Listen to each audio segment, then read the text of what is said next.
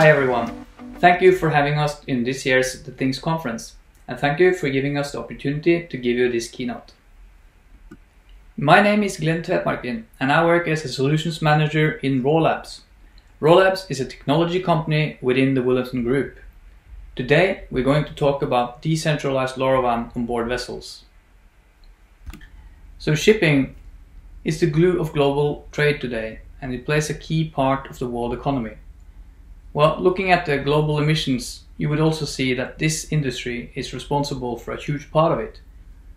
Me and some colleagues were sitting the other day talking about what if we filled a RoRo vessel which can hold up to 8,000 cars with Teslas, and we plug those Teslas in to the main source of energy for the ship, moving it forward.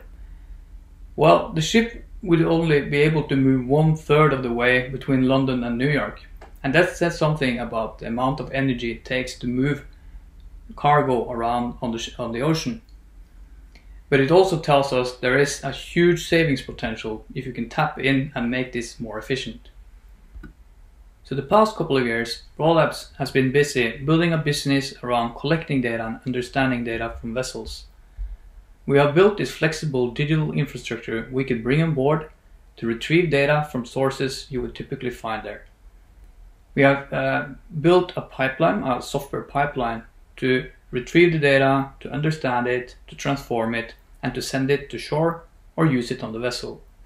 And also we have the possibility to host applications to give the crew and the people using the infrastructure on board access to the data without sending it to shore. So going on a vessel today, you would typically find all sorts of sources to data. Some data is easily accessible through existing infrastructure, but a lot of data is stowed away on dark, remote places of a ship. Pulling cables on these steel giants can be quite expensive, let's not say impossible. So making an ROI of a use case can be quite challenging. And the fact that vessels are mobile, they're sailing around the globe with only a VSAT to send data back to shore, makes the solution you bring on board need to encounter these issues and have a flexible way of storing the data, but also sending when you have other means and opportunities. And in the recent years, we also seen that certifications and the security is getting more and more important, especially looking into the operational data which we are looking at.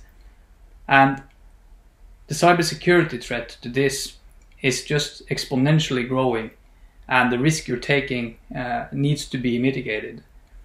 So for having a solution that can encounter all of this, we need to do a lot of back work. So why LoRa technology? And what is decentralized LoRaWAN? Well, until recently, LoRa supported 800 and 900 megahertz. And for a lot of use cases, that has been really a good fit and a good technology. But when looking at ships and sailing around the globe, the introduction of 2.4 gigahertz meant something completely different. Because now you could bring one technology on board which would be compliant all around the globe. So where 800 and 900 megahertz would have compliancy issues coming into different ports in different regions, the 2.4 gigahertz frequency area is not regulated in the same way. And that is a good thing.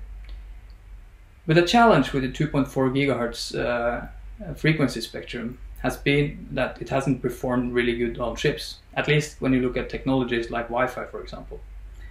But for LoRa, using chirp spread spectrum modulation, that is a benefit for us, and it has proven itself for the tests we have done on board ships, and that's kind of the game changer here. So we have really good results on testing this technology on board vessels like a RoRo vessel, for example, which is like 200 meters long and a lot of steel. And if we need more coverage, we could add more gateways. But with 3 or 4 gateways, we were able to actually cover a whole ship. Going into the decentralized element of this. So why did we decentralize the LoRaWAN? Isn't it good like it is with the big ecosystem that LoRaWAN is and the way you could use it? Well, we talked about the backhaul and the occasionally connected element of this. And For a ship sailing around the world, it only has like a thin VSAT to send data on, and that VSAT is often congested by other traffic as well. So in order for us to send data and also mix it with other data from other sources, we had to pull the data out on the ship. And since we built these hosting capabilities on board already, we thought we could host the LoRa or the TTI open source LoRa stack on that environment. So we did. We put the join server and the application server and the network server from the open source TTI stack, which were available. And by having this in place, we were able to merge data, which we already had from other sources, with data coming from LoRa sensors on board. And also another thing, by decentralizing it and putting it into a hosting environment, you of course need to maintain and patch and update it yourself. But we already had an operational routine for that and a business around that. So this has been a really good fit for us, and we now can progress with a lot of new use cases to solve, having this in our hosting environment. So for us, building new use cases now, we could tap into the sensor ecosystem that lies within the LoRa family and the LoRa community, and it's much easier now for us to drive innovation, knowing that we could reach out to experts on sensory and have the radio mounted and be able to then start solving those use cases quite quickly once the infrastructure is in place. And of course, working with the TTI group, we're able to build a strong roadmap for where we can take this technology inside our hosting environment, but also in merge with what we see on the bigger LoRaWAN picture. So how does the TTI LoRaWAN stack benefit our solution? By hosting this technology inside our infrastructure, we're now able to get sensory out on equipment and places on the ship that we haven't been before.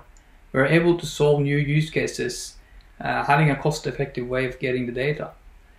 And we're able to expand our ecosystem, talking to new interesting experts on different domains, and being able to bring them into a fruitful discussion around the data and getting the data insights. So getting the data to the right people and to the right experts is a part of what we're trying to achieve here. Having an ecosystem which could live inside the infrastructure, where we could discuss the data on the ship and on land. And of course, being able to standardize this data on top of the infrastructure and having a simplified way of retrieving data is key. And also looking into the security element of this is really important for us. So back to the example of the Teslas we were talking about, having 8,000 of them on board the ship. I don't think we ever will be able to power a ship and move it from London to New York, but maybe we could take it from 1/3 to 2/3. And that would be a fantastic effort, thinking about the greenhouse emissions and the environmental footprint that shipping has. And maybe LoRaWAN can help us in getting to in the right direction to a more sustainable shipping industry. I don't think there is a zero or an obvious zero emission solution for the industry as a whole, but I think all these small types of innovations will drive it in the right direction. So hopefully the next time we talk, we have been able to solve a whole lot of new cool use cases, and we've been able to leverage more from the LoRa technology. So we thank you all for listening in to this talk, and hopefully we'll see each other next year. Have a good conference and stay safe.